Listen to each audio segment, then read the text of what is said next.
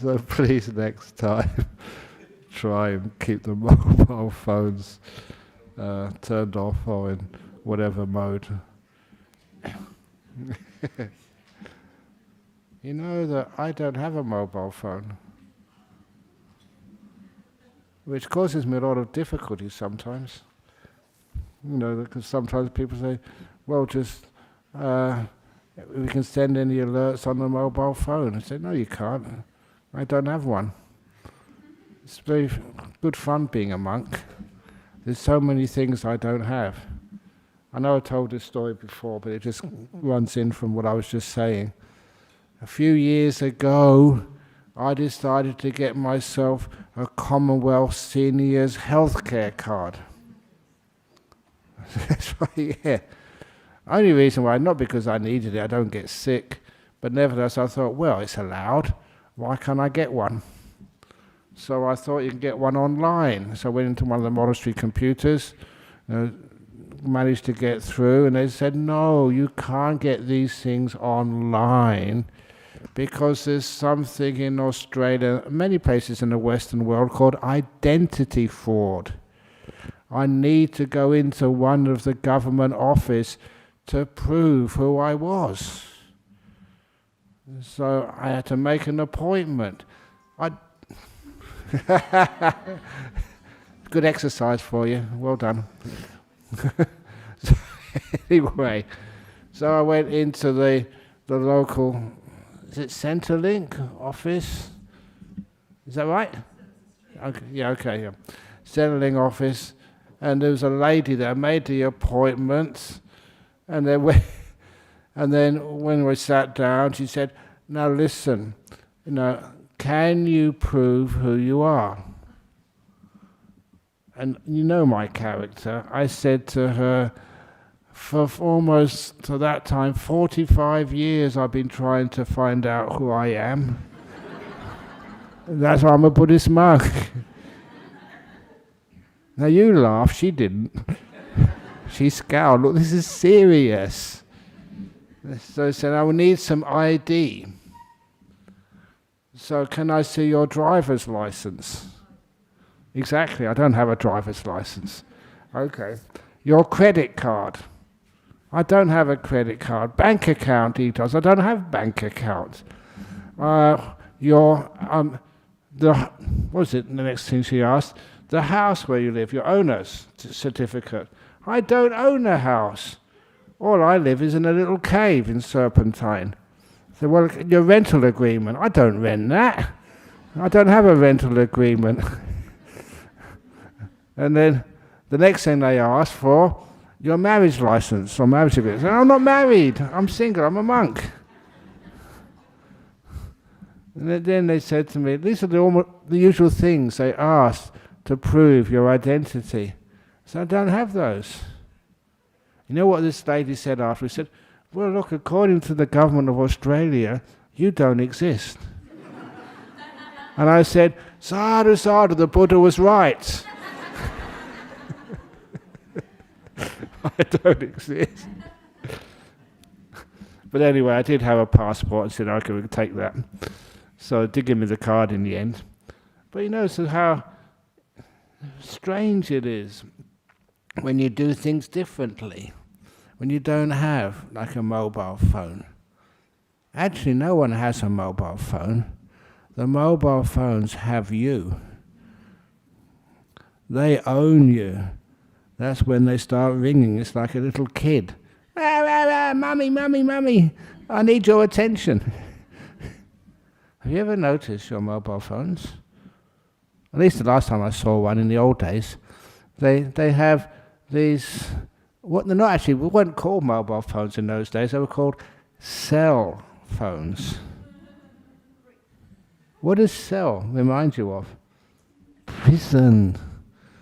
You're in a prison if you have a cell phone. And to prove that, when you turn it on, you see all the bars. I got 5 bars as a good signal. It doesn't mean the signal means you can't escape. You're stuck, you're in jail.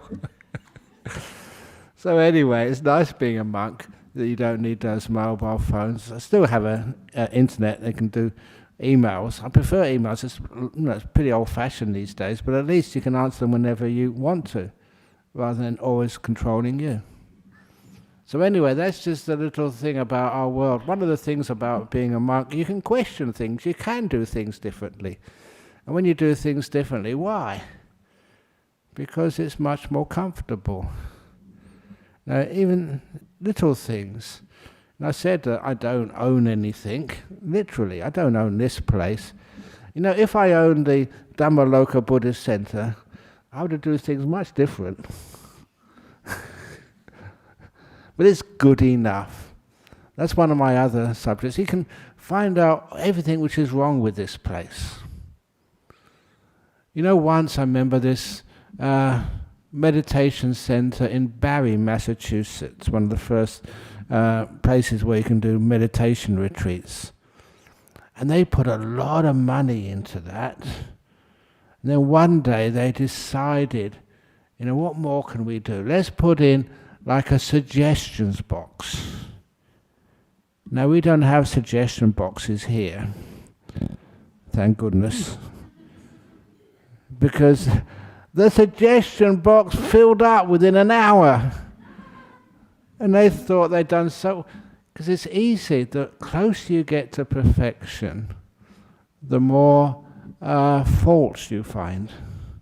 You're so close to perfection, so close to being perfect. And that makes people very aware of the faults. Do you understand that? Like Australia, I mean, it's a pretty good country, isn't it? West Australia in particular. Dhammaloka Buddhist Center, I mean, wow. How can you find fault with this? You don't have to pay any money to go in, you don't have to pay any money to go out. I thought of that once. Why don't... You know, to get more people to come in. So we say no entry fee, but anyone who wants to go out has to pay a couple of dollars. And the later you go, the more you have to pay to get out. All these crazy schemes of making money, nothing works, but we don't need that. We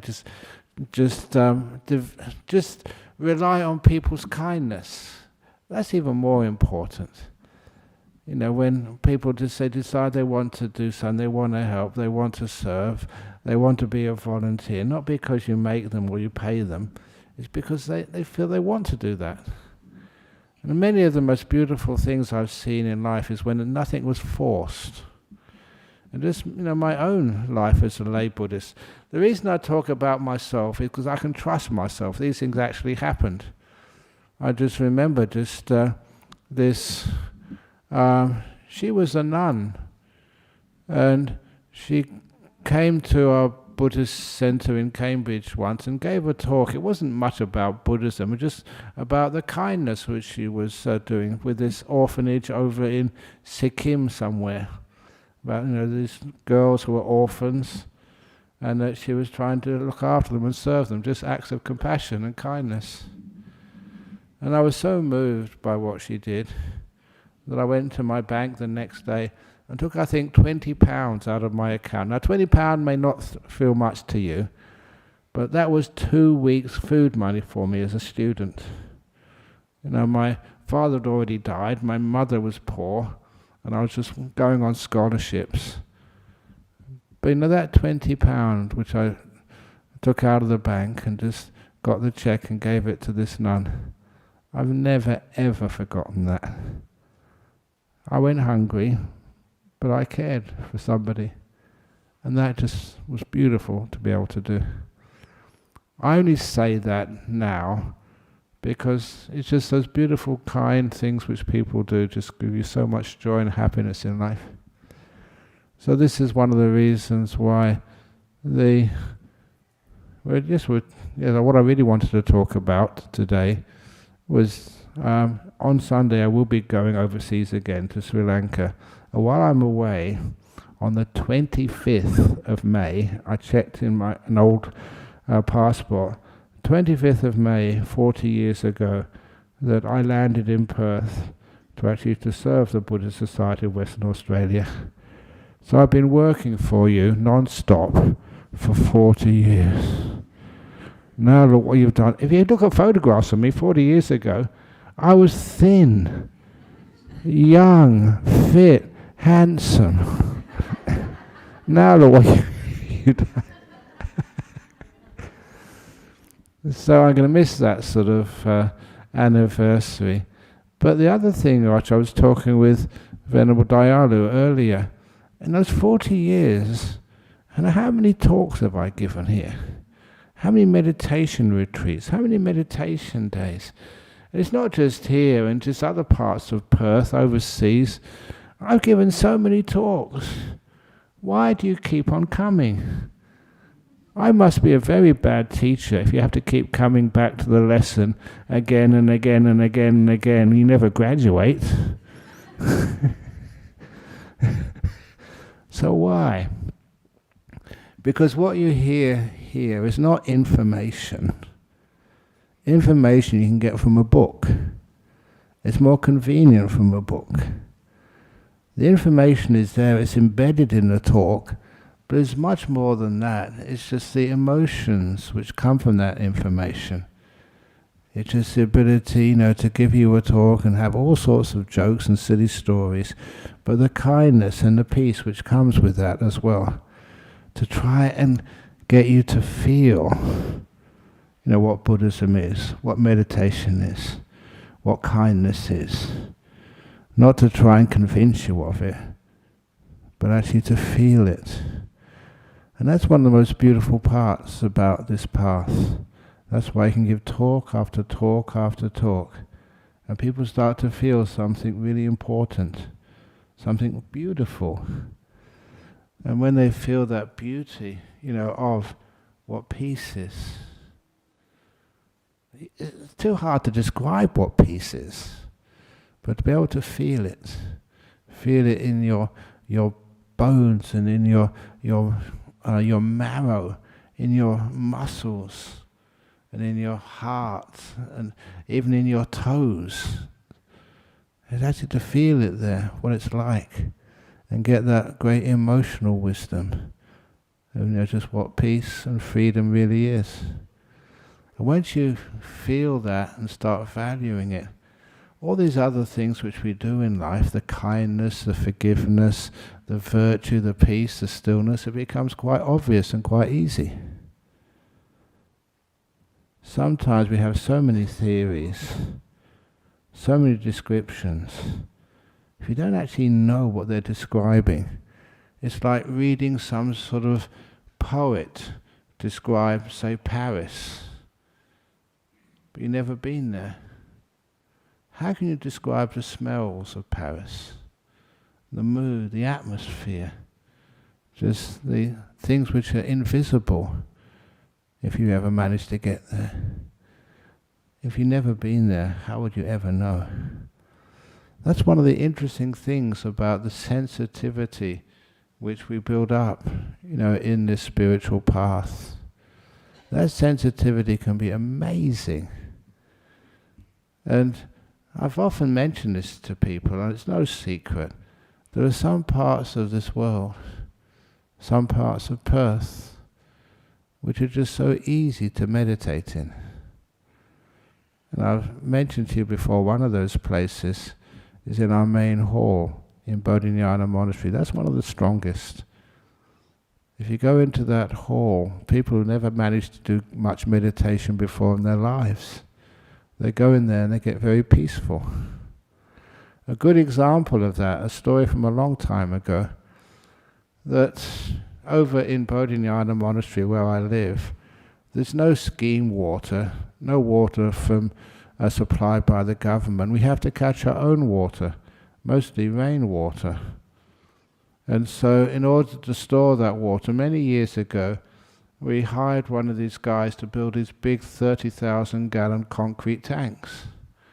I was amazed by just this one guy did all of that. Made one tank in a couple of days.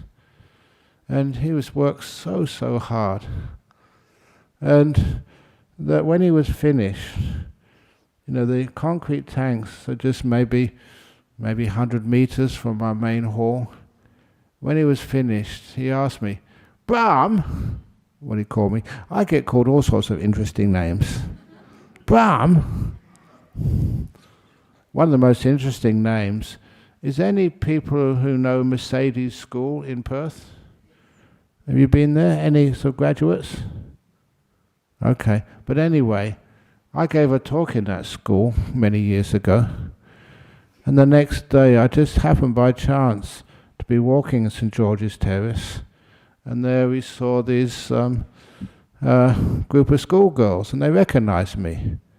They said, "Oh, you gave a talk at our school yesterday." I said, "Wow, I'm really so honoured. Do you remember me?" They said, "We'll never forget you." Ah, isn't that cute? How can you ever forget a monk called Ajahn Brahm? There's an M on the end. So I always remember Mercedes schoolgirls for that. But actually, I did mention St George's Terrace. So somebody reminded me of a story about the 2 carrots. I haven't told this story for such a long time. There were these 2 carrots. They were walking down St George's Terrace. And then one of them got hit by a car driven by a drunk driver. He was really badly injured, this carrot. And so his friend called an ambulance. When the ambulance came, they took one look, the medics took one look at the carrot, said, "This is really serious, we have to take him to I think at that time, Royal Perth Hospital." So they took the carrot, speeding through the red lights, sirens wailing, to Royal Perth Hospital. And when they got the carrot to Royal Perth Hospital, the triage nurses really carefully looked at him and said, "This is serious, life and death. Needs immediate surgery." So straight into the operating room, a top doctor came, and they did this operation for about 2 or 3 hours. And after finishing the operation, the doctor came into the waiting room, and he saw this. There's only one carrot in the waiting room. Said, "You must be the friend of the injured carrot." "Yeah, that's me. How is it? What's happened?" And if you've been in these waiting rooms, it's just so much tension in there. And the doctor said, "Look, I've got some good news and bad news for you. Your friend, Mr. Carrot, he's going to survive.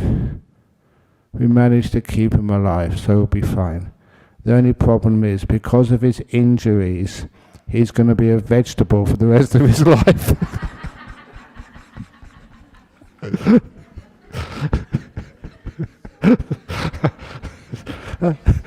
Yeah, oh dear, I think that's the right result. I don't know, I told that. Every time I tell that joke, there's no way I can't laugh at my own joke. That's such a stupid joke. Anyway, let's get back to where was I? Emotional intelligence, yeah, and just the emotions. Look, how do you feel when you laugh? There's a feeling of joy and peace. It's a very healthy feeling for laughter. So just even coming here and allowing yourself to laugh at something silly, it just changes a lot of the way you look at life. And there's sometimes I've asked people, "Did you like the talk this evening?" And they said, "Yeah, it was a good talk. What did you remember?" 2 carrots.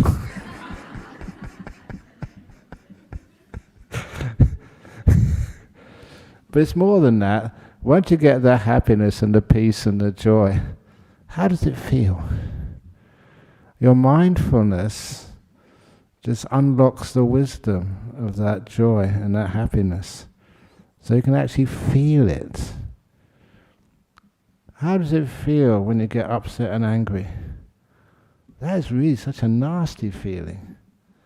Once you can know those feelings, the laughter and the anger, that means when a group of schoolgirls call you Mr. Bra, you don't get upset at all.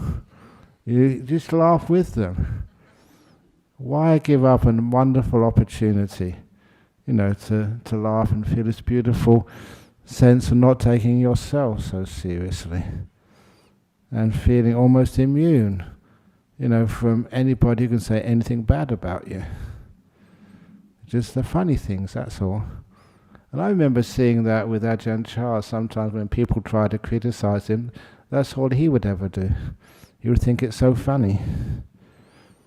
When I did stupid things, I thought they were stupid things what I did. But whenever I did something stupid, he would just think it was so funny. Like, people reminded me of this because it was almost prescient that when I was a young monk, I needed some soap, to wash with. And so I went to see Ajahn Chah. That's where we got these things from. Ajahn Chah got given all these requisites and he shared them with the monks who knew nobody. So I said I needed some soap. But Ajahn Chah could not speak English. Later on he could. He went to England.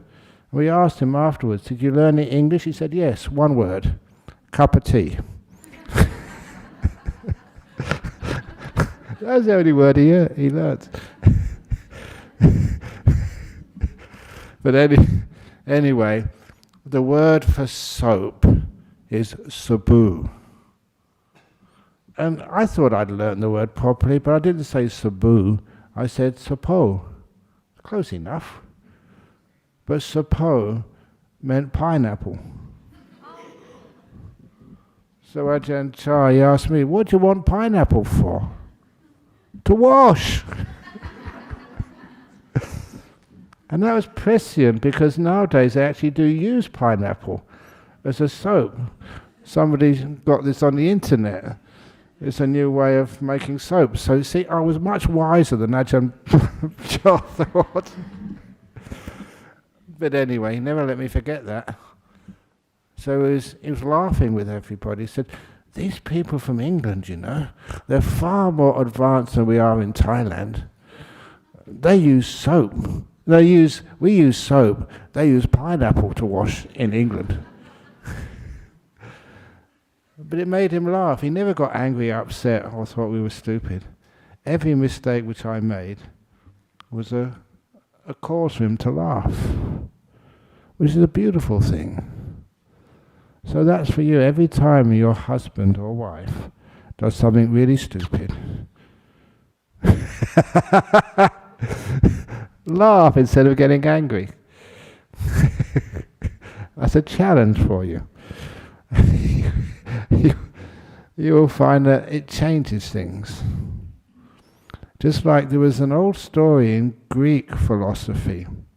Just shows you how wide these talks go. In Greek philosophy, usually had one teacher would teach many disciples of many, many different parts of what life was about. And this one famous Greek philosopher had a school and taught the students about writing and reading and mathematics and astronomy and other stuff which is important in life. And whenever any of those students made a mistake and the teacher had to scold them and shout at them, it's so stupid, you shouldn't have done that, blah, blah, blah. Whenever they had to shout at the student, the teacher charged them a few extra dollars.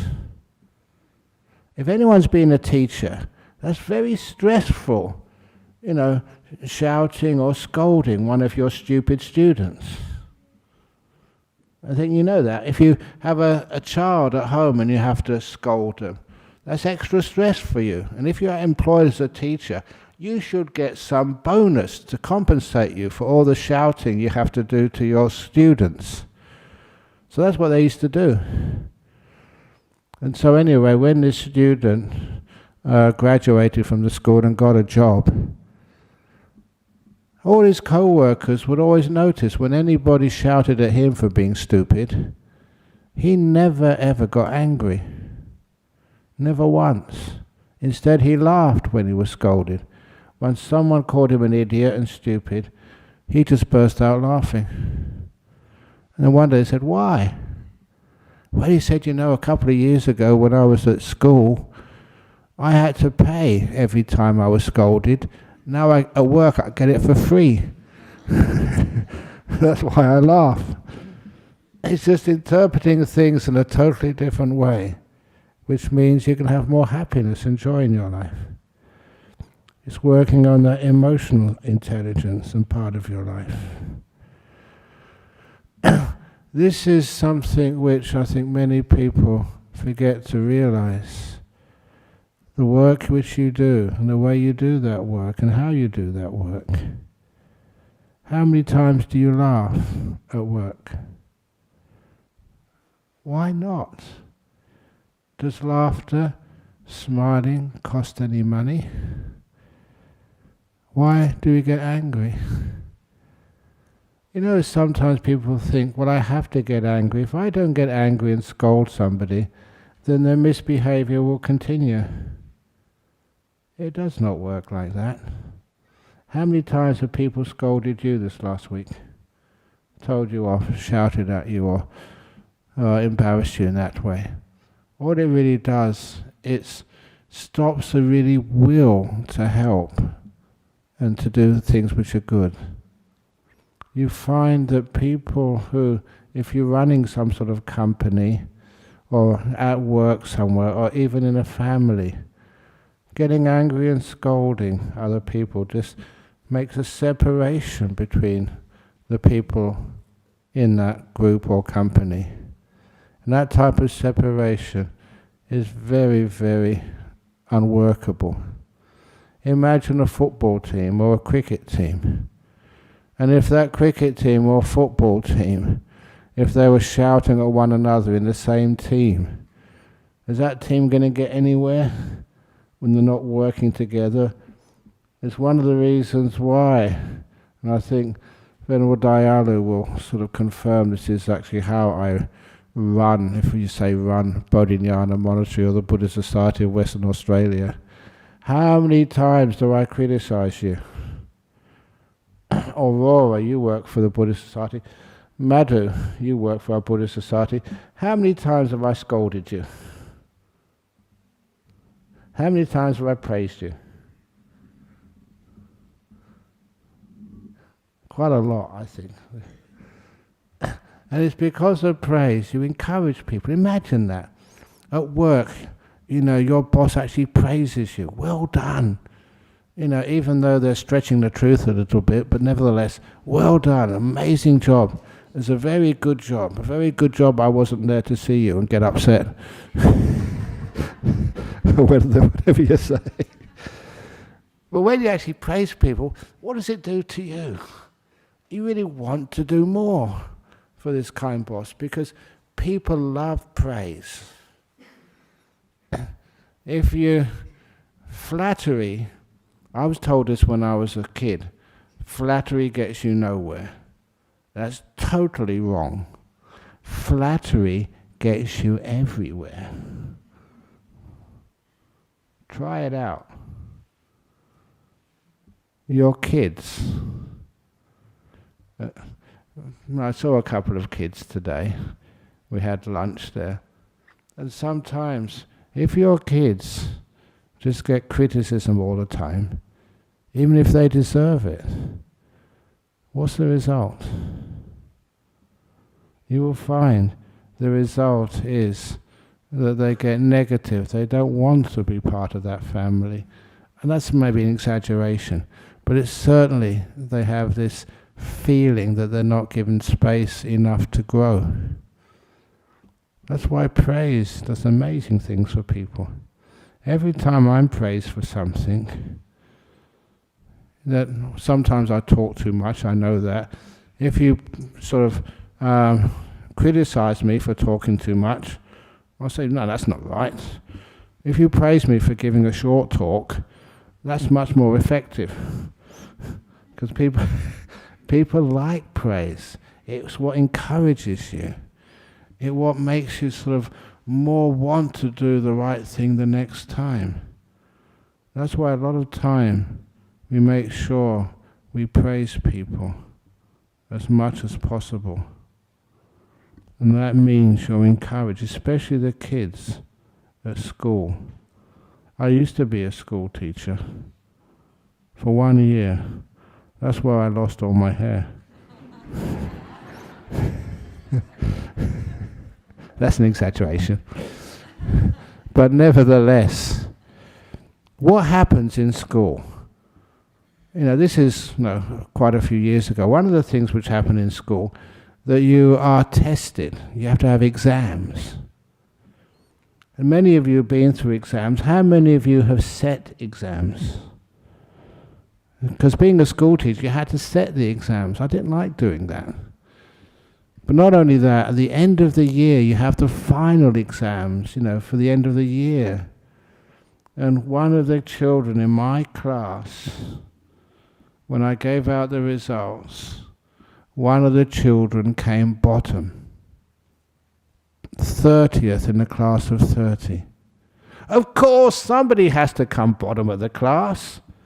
Even if the whole 30 kids were sort of Albert Einstein level, one of them has to become the worst Albert Einstein in the class. So this kid, it was a boy this year, came bottom of the class. Have you ever come bottom of the class in something? How does it feel? It feels awful, terrible, like you don't belong, like there's something wrong with you. You're stigmatized, you're stupid. So what happened was, as soon as I gave out the results, this boy, his shoulders drooped, his head went down, and he didn't keep eye contact with me. He was looking at his desk. You can see he was getting depressed. I could not allow that. So I went up to him by his desk, and I told him, at that time they all knew I was a Buddhist. I even taught a week of meditation in the school assembly. This was 1973. So this was teaching meditation at school. That was almost 60 years ago. No, 50 years ago. So they all knew I was a Buddhist. So I said to him, look, I've come to talk to you about the idea of a bodhisattva. It's a Buddhist Mahayana idea. A bodhisattva is someone who willingly, deliberately sacrifices her own happiness for the sake of others. They're not caring about themselves, they're caring about other people. He said, that's praised a lot in Mahayana Buddhism. And I said, I really think that's what you have done this year. You've deliberately, on purpose, taken the bottom position at school so that your friends and colleagues don't have to suffer what you're going to get from your parents tonight. You've done it on purpose, haven't you? And I said, I know you can do much better, but nevertheless, I think it's a wonderful thing you've done, willingly taken the bottom place at school so that no one else has to. Congratulations, I'm going to go to the principal's office right away, and I'm going to nominate you for Bodhisattva of the Year award in this school. And he looked at me as if I was the stupidest teacher he'd ever had in his life. But at least it took him out of his depression. And I did say the most important thing is that with bodhisattvas, you're only allowed to be a bodhisattva once in school. Next year, let someone else take the bottom position. In other words, I was looking at that position, that experience of being bottom of the class in a totally different way. With emotional intelligence, with something which most people say is stupid. But it was more than just being stupid. Teaching a kid how to look at what he thought as failure in a totally different light. Not being a personal failing, but just a temporary thing. And to this day, and I often mention, there's no such thing as a person who's a failure. There's people who fail sometimes. There's no such thing as a person who's stupid. There's people who are stupid sometimes, but not all the time. There's never a person who's angry. There's a person who's angry sometimes, who loses it sometimes. Other times they're amazing beings. Even to the point that there's never a person who's schizophrenic. There's people who are schizophrenic sometimes. And I'm not just saying that. That was a quote I got from the head of the schizophrenic unit in Singapore's Woodlands Hospital for Mental Disease. I went to give a presentation at a conference on mental illness in Singapore. And when I gave my presentation, afterwards, this professor, he was not even a Buddhist, he was a Catholic, and he said, "Wonderful presentation, Ajahn Brahm. I'd like to invite you to our Center for Schizophrenia to bless my unit." And straight away I looked at him, there's a big cross on his chest. And I said, "But you're a Catholic, you want a Buddhist monk to bless your unit? Why?" And he said, "Because what you just said, I totally agree with. And that's why I want to invite you to bless my ward." I said, "Well, what ward is it?" That's where he announced he was the head of schizophrenia, the professor, the psychiatrist in charge of that in Singapore.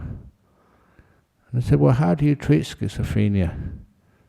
"Exactly the way you said." He told me, "I do not treat schizophrenia," even though he was a professor of schizophrenia. "I treat the other part of the patient who's not schizophrenic." I got what he meant straight away. And I did something a Buddhist monk is not supposed to do. Put their hands up to do an act of like worship. Your wisdom, brilliant. Because if we treat the schizophrenia, that grows. If you treat the anger, husband, you shouldn't be so angry. Wife, you shouldn't be just so emotional, whatever it is you say. No, don't mention or don't focus on the things which are causing problems in your relationship. Focus on the things which aren't causing the problems. The beautiful stuff, the stuff you admire. Don't focus on the behavior which is socially difficult with a kid who has, say, schizophrenia, or who is autistic, or who is whatever. Focus on the times and the behavior which are socially easy for you to be with. Because what you focus on, you're actually encouraging. You are actually developing that. What you focus on is that's important to you. So when you focus on the positive stuff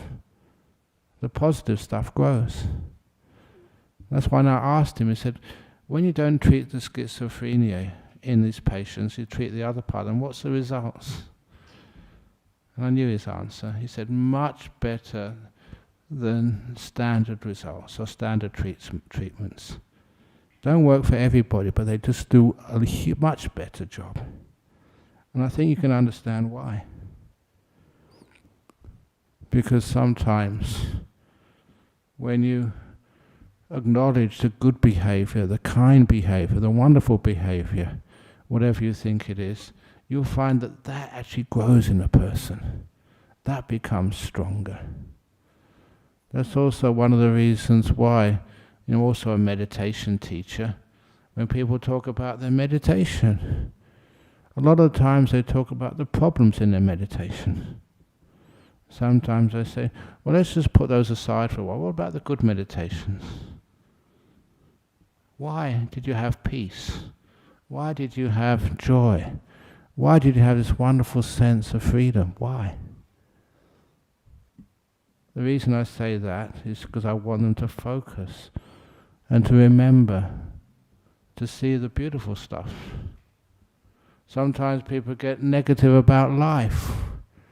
There's so much negativity about, I don't know, the world these days. But there's so many beautiful things happening in this world.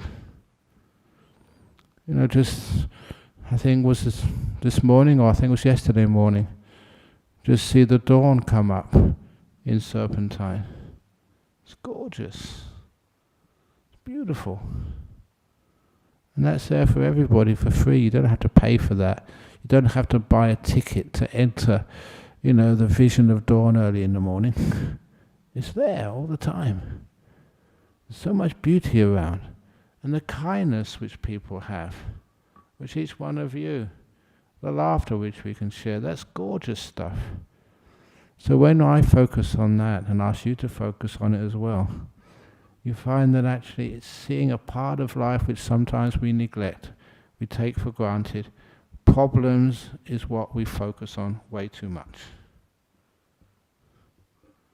If you focus on the problems, trying to think that if I focus long enough on the problem I can fix it, you forget there's more to life than the problems.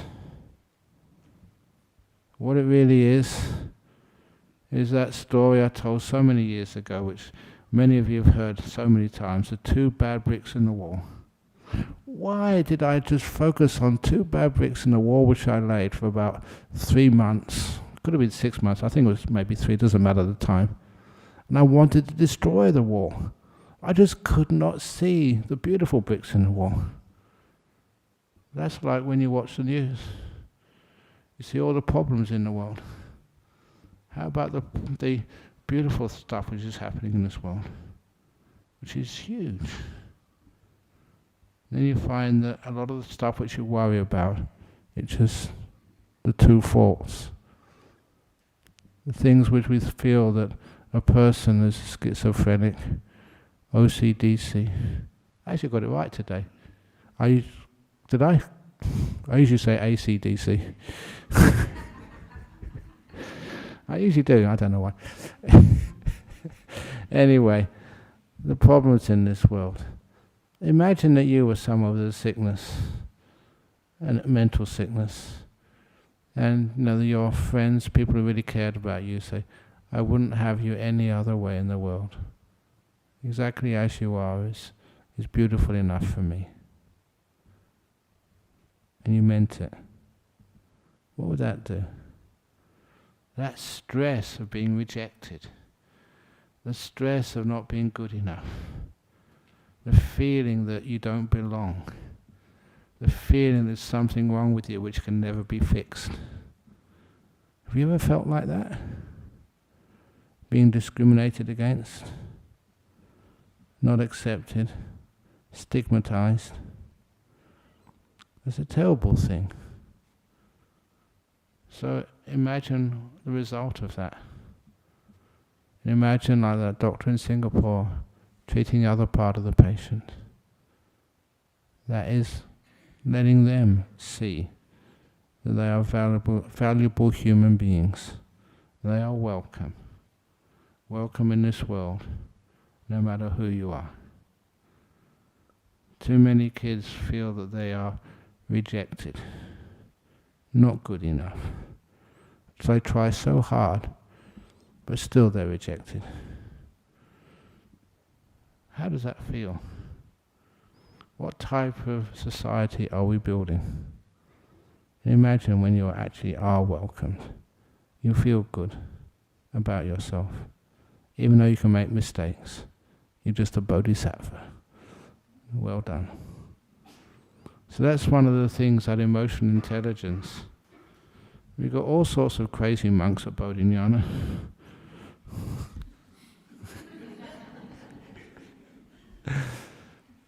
But they're all welcome.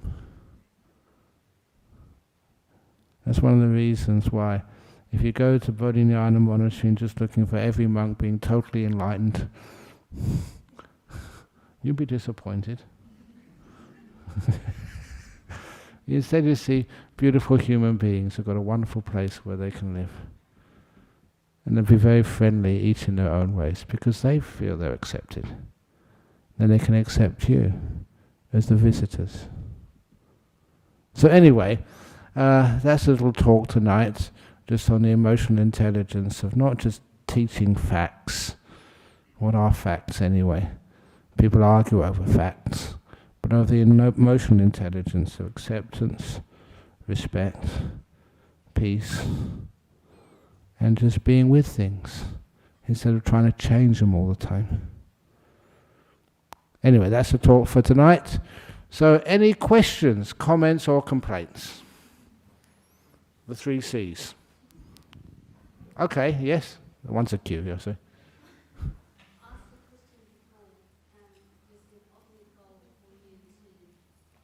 The goal of life. Yeah. When you understand about goals in life. So your goal of your life is to have no goal to achieve. Let go of, yeah. Sometimes like the goals in life, why do we need goals? Goals means that, want to get something else, somewhere else, go somewhere else. A goal in life, that means you're not really happy enough where you are. And my question is that being 9 to 5 average worker, how we do the practice to reach the goal you want to reach? Yeah, easy. Just, again, have no goals. And then you've reached everything. It's so simple. Whatever goal you have, when you reach it, it's not quite enough and you want something more. And when you reach that goal, you want something more. Okay, this little story I wrote a long time ago. I noticed this when I was at university. Because over in UK, you had to, first of all, the first big exams you did were the O-levels. That was done usually about 16. I did my O-levels when I was 14. And so I worked really hard for those O-levels. Because my friends and my families and teachers said, if you pass your O-levels, then you'll be able to get good jobs in life and get enough money. You'll be happy. At that time, I liked playing football, soccer in the park. And I was pretty good. I could have been a millionaire by now if I'd have carried on playing soccer instead of going to school. Have you seen how much these soccer players get? Anyway, I gave up soccer and just studied. And I did very well in my O-levels. Was I happy? No, because I had to do more exams, A-levels. But A-levels were important. You do well at A-levels, you can go to university, you can be really happy. So at that time, as I say, I wasn't chasing footballs then, I was chasing girls. And so, my family and friends said, look, stop going out so much. Just stay at home, do your studies, get your A-levels, and then you'll be happy. I believed them. You trusted others. So I did my A-levels, did really well, and so I went to university. And a big university, Cambridge. I mean, that's a really big university. They say, wow, get your degree from Cambridge, and then you'll be happy. And that's when I started getting suspicious. Because I saw other people who had got degrees. Were they happy? No. They had to do more work. Either get an MA or a PhD or something, or if they didn't do that, they got a job. Were they happy getting a job when you got a degree? No way. They never got enough money, and you had to save up for a car, save up for a place to live.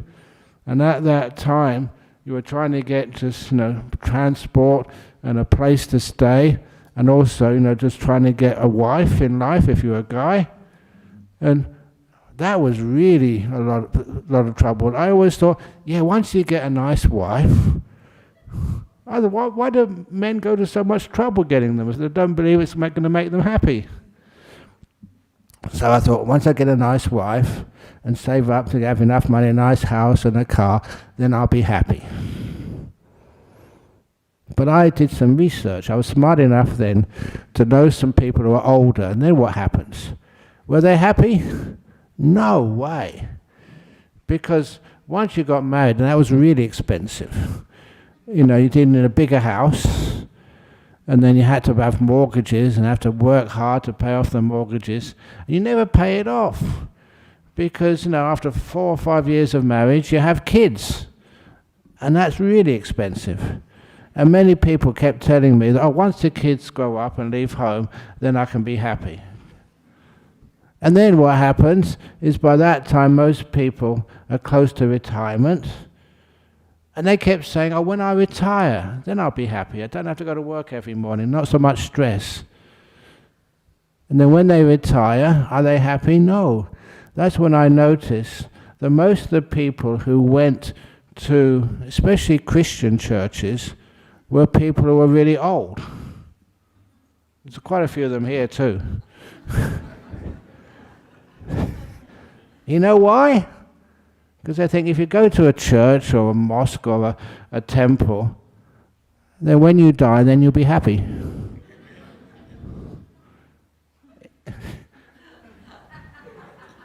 Those were the goals in life. O levels, A levels, getting enough money, going to university, getting a goal, find your soulmate in life. And then when you do, are you happy? Now be honest. And sometimes that's why, as a monk, you thought this is a wonderful life. No goals. It's like you've already arrived. All your goals have been met. You've arrived, baby. You've arrived. That's what he used to say in the old days. You're at peace at last. Real retirement. So you can really enjoy your life. You don't need anything, want anything. So I know a lot of people, they work hard in their life, they have their material goals. Sometimes have compassionate goals to solve diseases, which is wonderful. But then in the end, all the diseases which get solved, people will die anyway. So what is your goal? Not to cure diseases, but to care for people. To care for oneself too. You're a person as well. Okay. Of course, Eddie. You have to. It's tradition. Ajahn Brahm, this is not challenging you, okay? Not, in a friendly way, Okay. You're I'm saying in about trouble. the peace in the world, respecting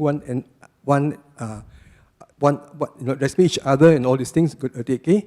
And then you're talking about the good things happening in the morning, and the two bad bricks now. Don't you think what is happening now in the world we live in now, okay?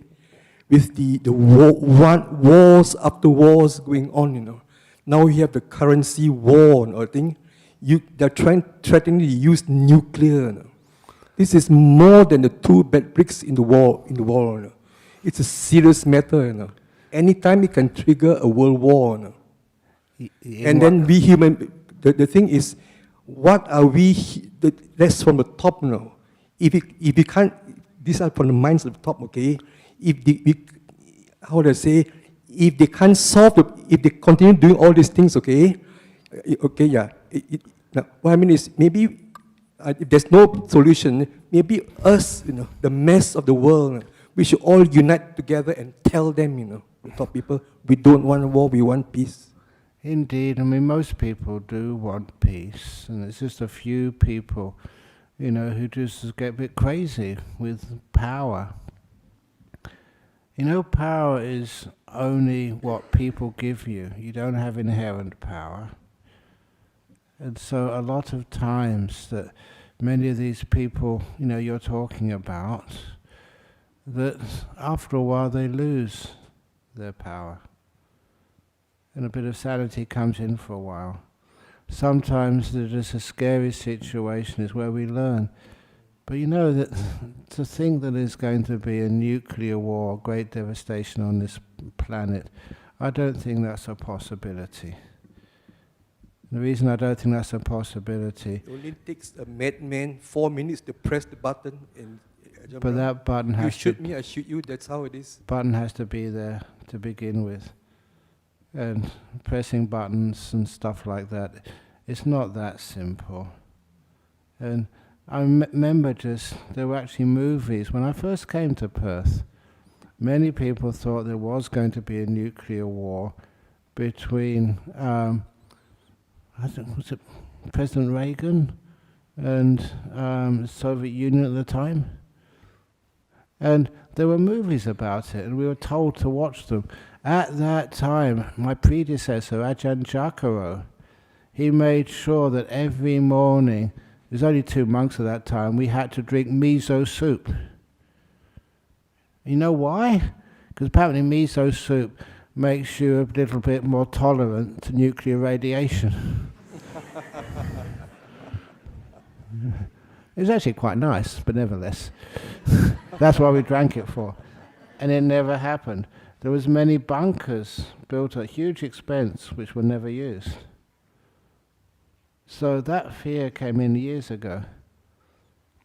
But it never happened. And these things which happen today, people think, oh, this is different. It's not, it's the same.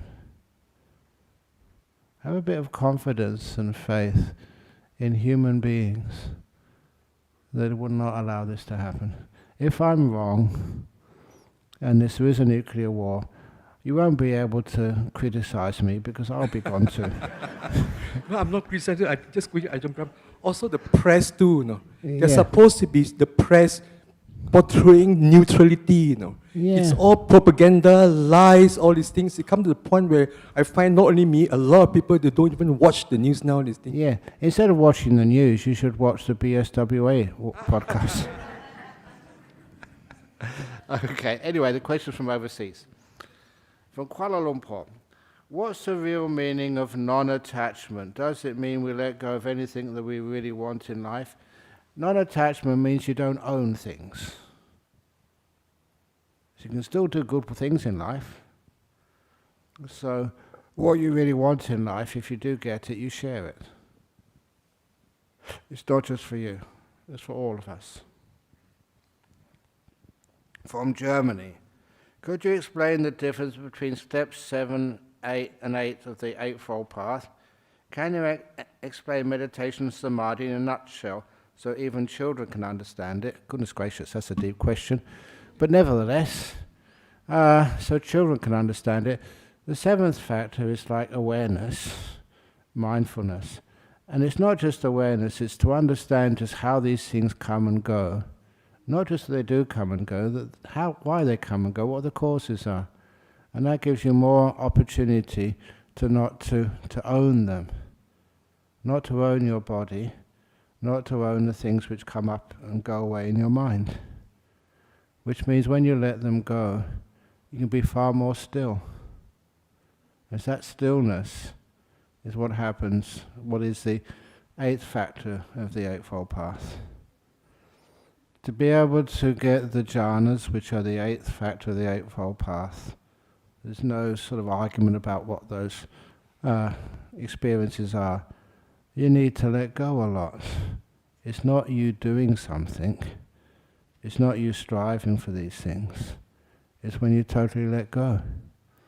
And a good example of that is that story of the little novice in the time of Ajahn Chah. Ajahn Chah was giving an extremely boring sermon, which went on and on and on and on and on, and on and on and on and on. And then this little novice thought, when is Ajahn Chah going to stop? When's he going to stop? When is he going to stop? And that became just repeated in his mind over and over and over. And then this novice, about maybe 9 or 10 years of age or something, then he turned it around. When am I going to stop? And that little novice stopped. First time he got into a very deep meditation. Blissed out for a few hours. And when he opened his eyes, it was dawn. He'd been meditating in the hall for hours. That's where the mindfulness, when am I going to stop? And the wisdom which comes up from that causes his mind to stop and bliss out. These deep meditations, they are more profound and easy than anyone thinks. From Hong Kong. Dear Ajahn, how do you laugh if you're angry or upset against your better judgment of being scolded? Thank you. Happy 40 years for your kindness. If you're angry and upset, why do you get angry and upset to begin with? It means you're allowing the world to control you. They've stolen your happiness. It's one of the reasons whenever there's a burglary. A few years ago, there was a burglary at Bodhinyana Monastery, and I said to them, look, the burglars can steal the tools from the tool shed, but please don't let them steal your happiness. Don't get angry. And it worked. Because when we actually got the insurance payout, the insurance payment, we could replace every tool which was stolen, but then upgrade a much better quality of tools. So, we actually gave loving kindness to the burglar. Please come again, anytime.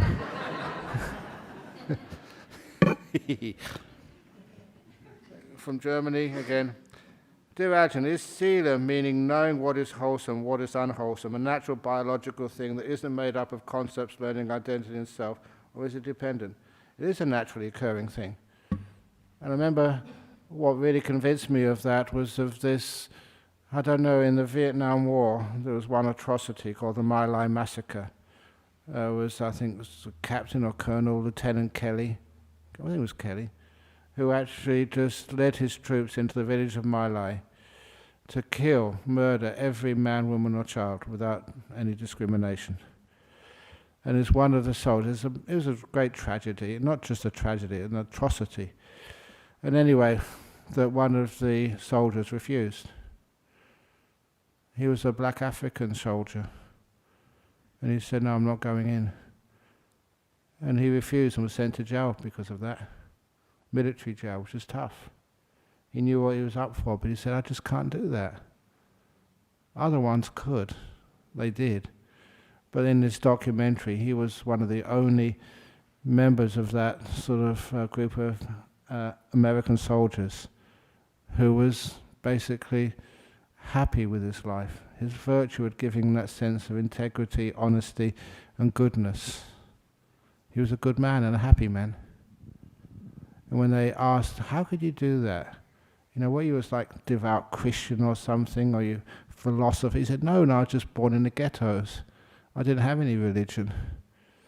But then he could actually feel the virtue that this was not a thing he could do.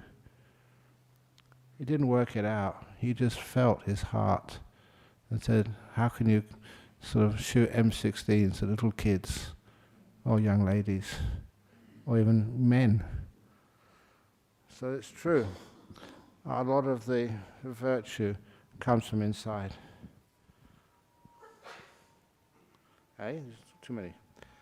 How can we deal with bigoted and disrespectful family members when forced to be around them? Forced to be around them? One thing you can use these days is because a lot of times people in the family, they have these little iPods and they put earbuds in their ears.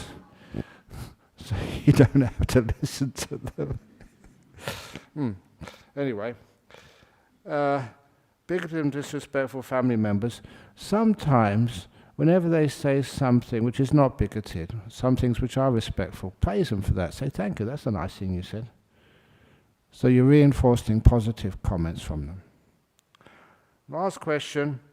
If we have to keep accepting all the mistakes of our close ones, how will they become better? You don't accept all the mistakes. You focus on the good things which they do. The mistakes you kind of ignore.